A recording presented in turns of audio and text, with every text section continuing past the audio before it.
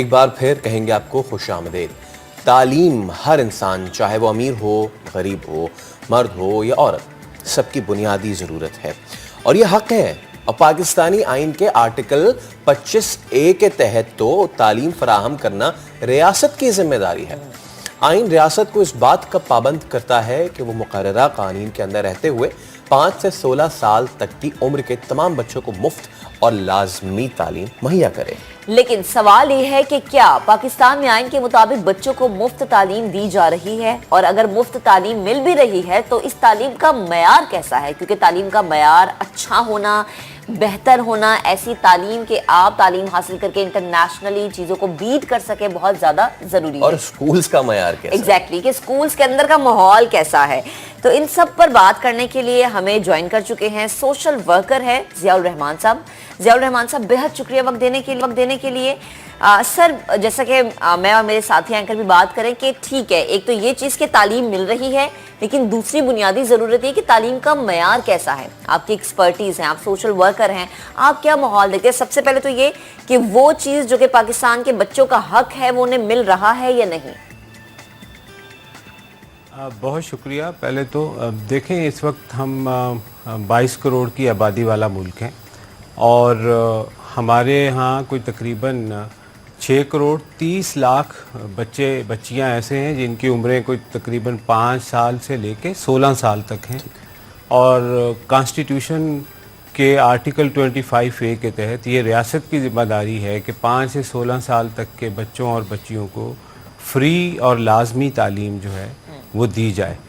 اب 6 کروڑ 30 لاکھ بچوں اور بچیوں میں سے کوئی تقریباً 2 کروڑ 70 لاکھ جو ہیں وہ سرکاری اسکولوں میں پڑھتے ہیں، اور کوئی 1 کروڑ 60 لاکھ کے قریب بچے اور بچیاں جو ہیں وہ پرائیویٹ اسکولوں میں پڑھتے ہیں، اور وہ پرائیویٹ اسکول بھی بہت زیادہ وہ تعداد ہے جو پیف کے اسکول ہیں یا پیما کے اسکول ہیں یا سندھ ایجوکیشن فاؤنڈیشن کے تحت چلنے والے اسکول ہیں، یعنی چھوٹے اسکول جو ہیں۔ جو ایلیٹ اسکول ہیں اس میں شاید 4-5 لاکھ بچہ جو ہے وہ پورے پاکستان کے اندر جاتا ہو، یا اس سے بھی بہت کم جو ہے وہ تعداد جاتی ہے۔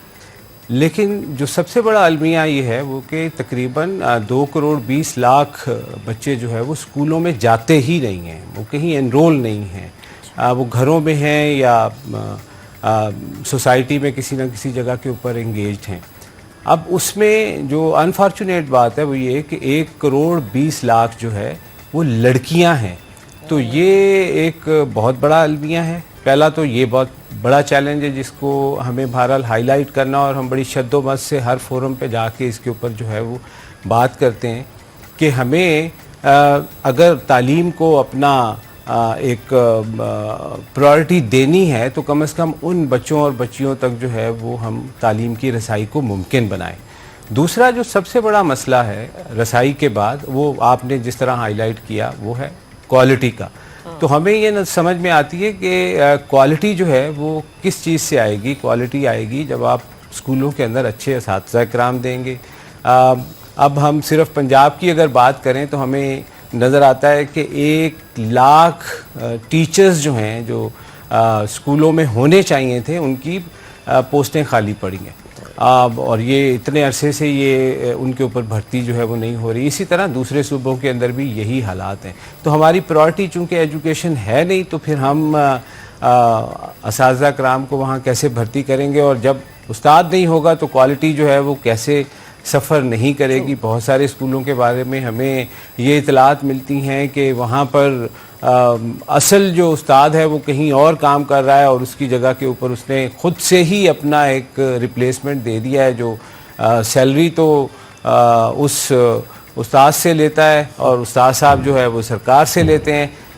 تو مطلب یہ کہ کوالٹی کیسے آئے گی؟ اور پھر ظاہر ہے کہ اگر ہم یہ دیکھیں کہ اسکولوں کے اندر جو باقی سہولتیں ہیں وہ کس سطح کی ہیں، فرنیچر نہیں ہے، 4 دیواری نہیں ہے، پانی اور واش روم کی فیسلٹی نہیں ہے، اور لڑکیوں کے لیے تو خاص طور پہ میں سمجھتا ہوں کہ 4 دیواری اور واش روم کی فیسلٹی بہت ضروری ہے، کیونکہ پاکستان کے اندر جو پرائمری کی سطح تک بچیوں کی انرولمنٹ ہے وہ کافی بہتر ہے، لیکن جیسے جیسے وہ کلاس میں آگے بڑھتی ہیں